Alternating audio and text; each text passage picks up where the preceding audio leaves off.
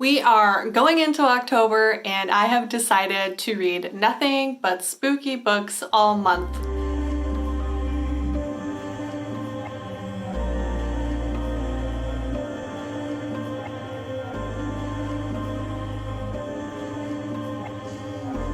Got the witchy hair.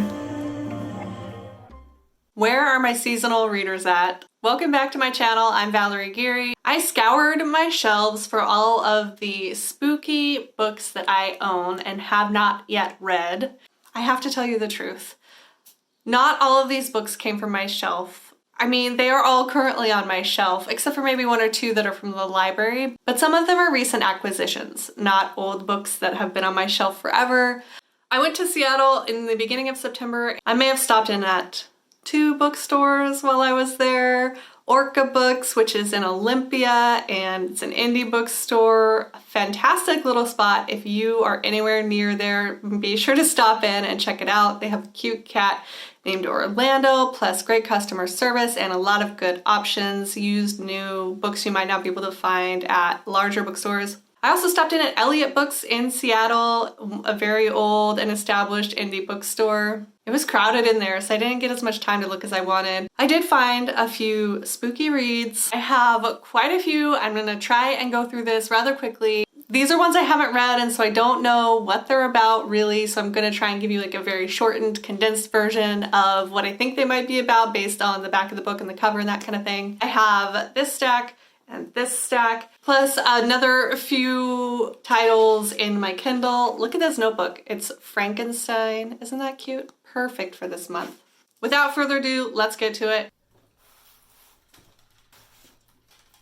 First up, Craven Manor by Darcy Coates. A mysterious note, an abandoned manor, and a candle that lights up spontaneously. I'm thinking ghosts. Devolution by Max Brooks. A Bigfoot thriller set near Mount Rainier. Yes, please. This one I picked up at the Orca Books. The Slime Mold Murder by Ellen King Rice. A Halloween setting, Killer Mushrooms. Ghost Girl by Tanya Hurley. A girl in high school feels invisible. Turns out she actually is invisible because she's dead. My Best Friend's Exorcism by Grady Hendrix.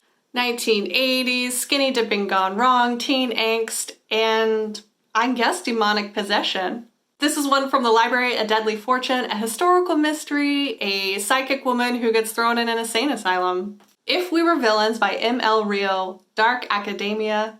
Do I need to say anything else with that? Shakespeare, murder, college, spooky, skull. The Year of the Witching by Alexis Henderson. A gothic story, a woman living in a puritanical society discovers she has witchy powers. Okay, let me go through some of the ebooks. I'll put the covers right up here. The Broken Girls by Simone St. James. This is one I checked out at the library too. I read Sundown Motel, another book of hers, and oh my god, I loved that book. The Sunset Motel, I think. Anyway, that was great, and I wanted to pick up another one of hers, especially for this spooky season. So I checked out The Broken Girls. A journalist uncovers dark secrets at an abandoned, haunted boarding school. Then Abandoned, Book 1, Arrivals and Awakenings by Katie Berry. This is set in a mountain resort in British Columbia. A bunch of people go missing during like a New Year's Eve party, and then a paranormal investigator and her psychic brother come and try to find out what happened to these people. The Once and Future Witches by Alex E. Harrow. This is another witchy book set in the 1800s. It's a novel of magic and family and women's suffrage. Then we've got one that probably people are familiar with, Dead Until Dark by Charlaine Harris. The TV series True Blood is based on this book series. We've got Suki Stackhouse, who can read minds. She meets Bill Compton, who's a vampire with a lot of issues and a bad reputation. The Forgotten Bones by Vivian Bars. A detective and a professor team up to investigate a brutal murder. One of them is having hallucinations. This one looks pretty interesting. Walk the Darkness Down by John Bowden. I think this is like a Western horror. Horror with a touch of Western, Western with a touch of horror. According to the description, it has hornets, reverse werewolves, and one of the most vicious villains we will ever meet. I don't know if I'm prepared for that. The 7.5 Deaths of Evelyn Hardcastle by Stuart Turton. This is a mystery, and I guess it's kind of like a Groundhog's Day where the detective wakes up every day in a new person's body, and at the end of the day, the woman, Evelyn Hardcastle, dies again, and she's going to keep dying until he can figure out who killed her. The Drowning Kind by Jennifer McMahon. I can always count on Jennifer McMahon to write me a spooky story. This one sounds great. A haunted swimming pool, mysteriously killing people. I'm in. Next up, Anatomy of a Darkened Heart by Christy Stratos. Victorian era horror, a creepy family, a wealthy fiance, maybe like a mommy dearest vibe.